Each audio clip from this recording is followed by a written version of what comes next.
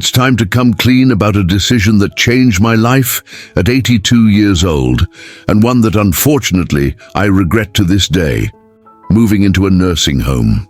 At first, it seemed like the perfect choice. Promises of care, comfort and safety. Everything I thought I needed at my age. My children insisted, saying it would be easier for everyone, and I trusted them, imagining peaceful days ahead. But the reality was a shock, and today I realize that not everything is as they paint it. Maybe you're thinking about this right now, whether for yourself or someone you love, thinking it's the safest or most practical path. But there's a side to this story no one tells you, and I learned it the hard way. What's truly scary? By the time you realize what you've lost, it's too late to go back. In this video, I'm going to share 6 harsh truths that I lived through, truths that could help you avoid the kind of regret that weighs heavily. Stick with me until the end, because these lessons are easy to understand but could change the course of your life and help you stay in control longer. I know it's scary to think about aging and needing help, but you deserve to know what's really at stake before you take that step. There are things no one warns you about, and I don't want you to find out the hard way, like I did. Let's go on this journey together to understand what really happens behind those doors. If you want to make smarter decisions and protect your freedom, this video is for you. So don't skip anything, and if you like what you hear, leave a like, subscribe to the channel, and hit the notification bell so you won't miss any content that could make a difference in your life or someone else's. Let's begin now. Truth number 1, losing your independence. The day my freedom slipped away, moving into a nursing home seemed like just a change of address, but within the first few days, it felt like the ground disappeared beneath my feet. Before, I used to wake up when I wanted, drink my coffee whenever I felt like it, and take a walk around the yard just to feel the fresh air.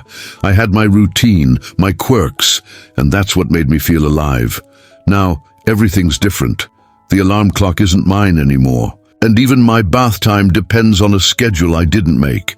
Think about it. Have you ever imagined having to ask permission to do simple things, like picking out your outfit for the day or deciding what you'll eat for lunch? In there, your choices disappear, and what used to be your right becomes a favor. During my first month, I wanted to get a glass of water at night, but I had to wait for someone to approve it because it wasn't the right time. That hits hard, you know? It's like your life is now run by someone else's clock, and it's not just the routine that disappears, it's that sense of ownership over your own life. I remember waking up one morning, excited to read a book I brought from home, but when I looked around, my bookshelf wasn't there. In its place, a blank wall, a closet I didn't choose, and a stiff bed that will never feel like mine. My corner, my things, everything that gave me a sense of identity was left behind. Little by little, you start to get used to it, because you have no other choice. You stop complaining when they serve you food you don't like. You stop asking to go outside just because you feel like it, and you start accepting that your desires no longer have power. But as that happens, a part of you fades away. And by the time you realize it, you're not the same person anymore. I had no idea giving up my independence would cost me so much. And today, I'd give anything to have fought harder to stay in my own place. If you're thinking about going down this path, ask yourself, can you live without the power to decide what's rightfully yours? Because the next truth I'm going to share is even heavier, and you won't want to miss it. Truth number 2. Feeling forgotten. The emptiness of being left behind. After losing control of my life, I was hit with a blow I didn't expect. The silence from the people I loved the most. At first, when I arrived at the nursing home, my children would come every week, bringing a cake or just stopping by to chat. My grandchildren visited on weekends, full of school stories, and I still felt like I was part of the family. But as time went on, the visits became rare, as if I had turned into just another reminder on their calendar. It's not that they don't love me. I know they do. But life out there doesn't stop, and I became a detail they sometimes overlook. One Christmas, everyone said they were coming. I waited the entire day, did my hair, wore my best blouse, but no one showed up.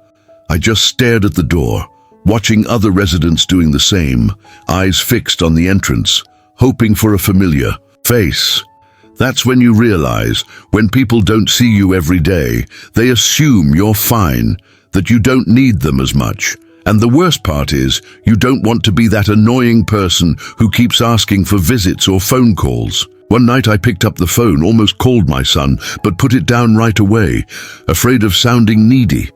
I sat there in the dark, listening to the sounds in the hallway, and realized that my life now consisted of waiting for a time that no one guaranteed. It's an emptiness that keeps growing, a hole you can't explain.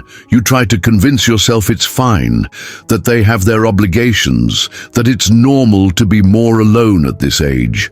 But deep down, it hurts to know you're no longer part of their everyday life, that your stories don't make it to the dinner table anymore. The world keeps turning out there, and you're just here, like an old photograph that only gets looked at once in a while. I never imagined I'd feel so forgotten, and it changed me more than I care to admit.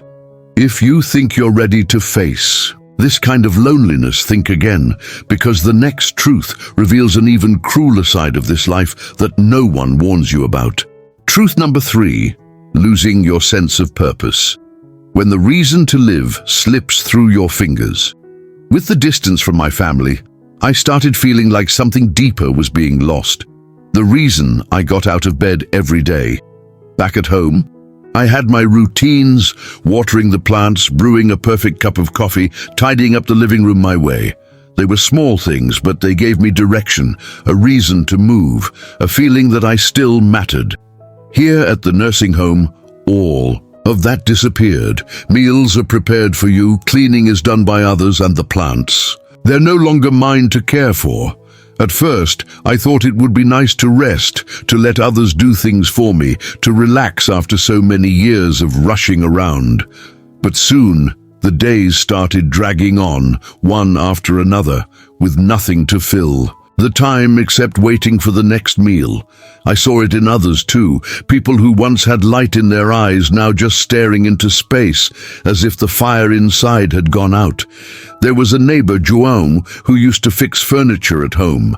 Now he just sits there, hands resting in his lap. He once told me in a low voice that he felt useless, and I understood exactly what he meant. When you no longer have anything to do, to take care of, or to create, it's like your mind stops thinking clearly. Your body follows, becoming slower, heavier, as if it forgot what it's supposed to do. You turn into just another face in the hallway, waiting for the day to pass without really knowing why. I tried to stay busy, reading a little, chatting with whoever walked by, but it's not the same when nothing depends on you. The days blur into a straight line, no highs or lows, and you start wondering what the point of it all is. Losing your purpose is like losing a piece of your soul, and I wasn't ready to feel that kind of emptiness so deeply. If you think you can live without a reason to get up in the morning, be careful, because the next truth will show you how this story can get even darker and shake everything you have.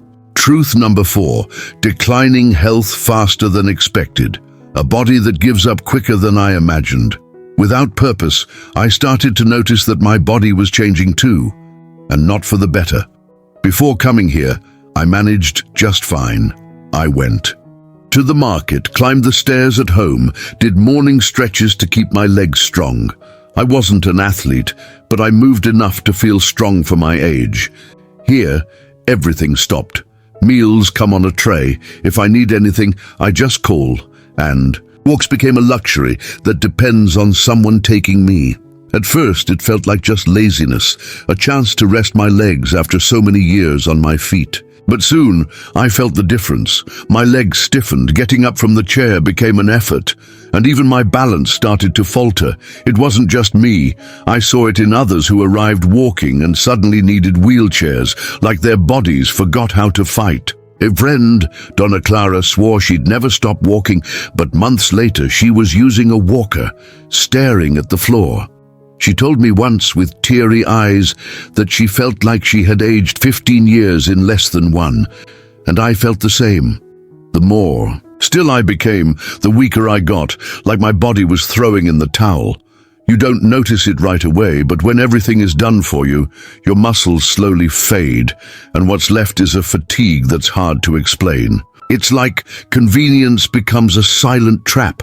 I tried to move more, take steps around the room, stand up on my own when I could, but it wasn't enough to hold on to what I was losing. The worst part is that no one tells you that stopping movement is like hitting the fast-forward button toward the end. You think you're being cared for, but in reality, you're letting your body slowly shut down, and that's terrifying. If you think you'll be fine without moving around, think again, because the next truth is going to show you a side so harsh it might make you question everything you believe about care and freedom. Truth number 5, loss of privacy and dignity. The goodbye to my privacy and my pride. With my body weakening came another blow I didn't see coming. My life stopped being just mine. At home, I had my space. I could close the door when I wanted peace, shower without anyone nearby, and do everything in my own time. At the nursing home, that all ended. There's always someone coming in, checking, watching, as if I were an open book for everyone. Even the simplest things, like changing clothes or going to the bathroom, became events with an audience. I know the staff is here to help, but it's not easy to ask someone to come along for something you've done alone your whole life. One day I needed help getting out of bed, and as the nurse held me, I felt a heat rise to my face. It wasn't just embarrassment, it was the realization that my pride was slipping away along with my privacy. You become a number, someone who needs care, not a person with a story. The space doesn't help either. I shared a room with someone, and we didn't always get along. My roommate snored loudly, sometimes talked to herself, and I had nowhere to escape for a moment of solitude. I heard stories from others with messy or confused roommates, and sleep became a distant dream. It's like living in someone else's house that you didn't choose, without control over your own life. Even small choices disappear. If I want to shower, I have to wait for their schedule. If I don't like the food, I eat it anyway. One time, I asked to change the menu, and the response was a forced smile and a "this is how it is here." You try to hold on to your dignity, but it slips through your fingers when your routine becomes someone else's rule, and your space stops belonging to you. I never imagined that giving up privacy would make me feel so small, so exposed, and that left a deep mark on me. If you think you're ready to live without a piece of yourself, hold on, because the next truth will reveal an obstacle that might trap you for good. Truth number 6, realizing it's harder to leave than you think. The exit that became an impossible dream. Without privacy, I started dreaming about going back home, thinking I could still undo this choice. When I first came here, I thought it was just a trial. If I didn't like it, I'd pack my things and leave just like that. But reality hit hard. My house stayed there, empty, and my kids were already talking about selling or renting it out, as if I wasn't coming back. Suddenly, the place I called mine was slipping through my fingers, and that wasn't all. After months here, I wasn't the same person who could take care of myself anymore. The legs that once took me everywhere now trembled just thinking about climbing a step. Going back home meant cooking, cleaning, managing on my own, and I wasn't sure I could do it. The independence I lost didn't return with a snap of the fingers, and that brought a fear I had never felt before.